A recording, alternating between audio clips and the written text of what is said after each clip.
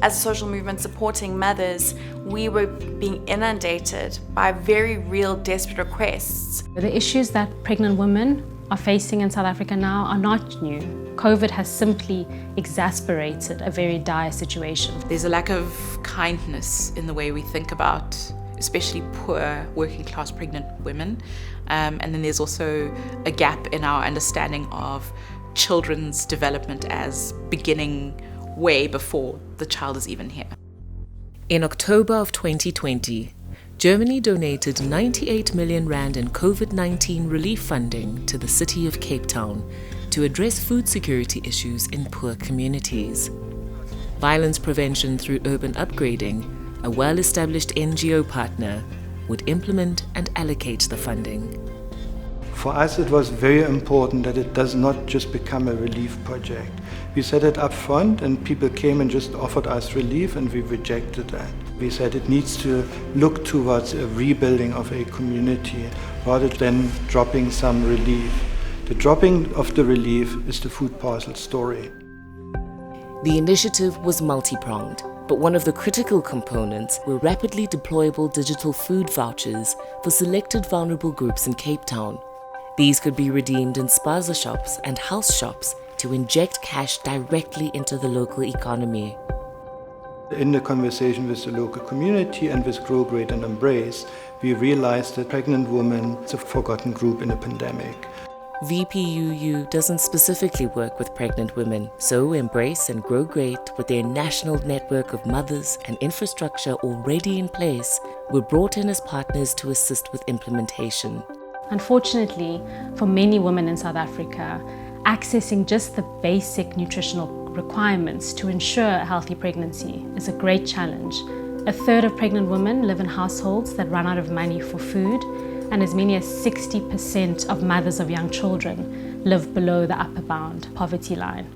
And 1 in 4 children under 5 suffer from stunting. And stunting has long-term consequences for children's health, education, and economic prospects. Currently, there is a child support grant, but pregnant women are excluded, even though a child's growth and brain development in the womb relies mostly on adequate nutrition. If we are to give children the right start in life, we should be lobbying to extend the child support grant into pregnancy. Could the pandemic, for all its destruction, be offering up an opportunity to test run the idea of a grant for pregnant women? For Embrace and Grow Great, this was the gap they had been waiting for.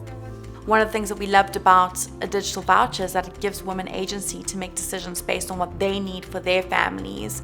And it's also a way of looking at how you can encourage people to use the grant money within their own communities, and that circular economy starts to really become robust.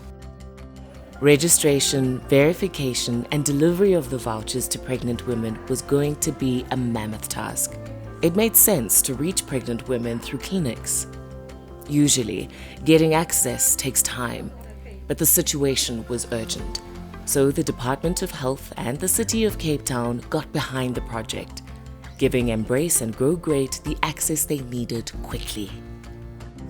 VPUU, Embrace and Grow Great then leveraged their networks and set up 14 clinics and 7 community halls for registration purposes. An all-women team of field workers relatable to the women were recruited from the communities. Embrace briefly put them through some training, and registration began in earnest. Shoo, I just thought what a massive, daunting task. But I think Julie did a great job in saying, like, look, we are going to be flying this ship as we build it. So what we learned as an organization is that we can mobilize on a very, very short period of time, and we can galvanize ourselves behind an idea. For all of the people who needed to come to the party to give access and authorization, the provincial government, the district administrators, the hospitals, it would have taken at least 6 months. Everyone was registered within 6 weeks and they started receiving their vouchers. We were really able to pull together as a team, sitting at different levels, not being able to meet face to face, making it happen. that it was money being thrown directly at the problem. Where in some of these environments where I find myself working, there's just too much. Everything is just needs to be perfect on paper first and needs a policy before being implemented. How do you break down complexity? It's really to have a starting point and then to connect the dots. Part of connecting the dots is connecting with other organizations in the space, with networks that have got a broader coverage. If we then join forces, I think our outcomes will be so much better. The government need to call a meeting for people to come to the meeting so that they can access them. Whereas we can just walk down the street and go to the people, to your neighbor, and go speak to your neighbor. They were surprised, they were excited, and they were telling their neighbors. If they knew of someone that was pregnant, everyone was informed. Everyone was informed, and that was a good thing because now they are being taken care of. I know what it's like to go to bed hungry. So I personally have that feelings within my heart for the community because I've experienced myself a lot of what community people go through. In the end, 2,500 pregnant women received 6 sets of 300 Rand vouchers over 4 months. We only had so much funding, we only had so much capacity, and we only had so much time that we need a sustainable solution. A project like this will only ever be a stopgap. The government needs to give serious consideration to a maternal support grant. The literature shows clear links between pregnancy income support and improved maternal and child health outcomes. And considering that for the most part stunting is preventable, it's short-sighted to shortchange the next generation of South Africans in this manner. Let's come together as civil society, as government, as policymakers, as decision makers, as thought leaders to take what we've learned and use it to build systems that will continue to support pregnant women for years and years and years to come.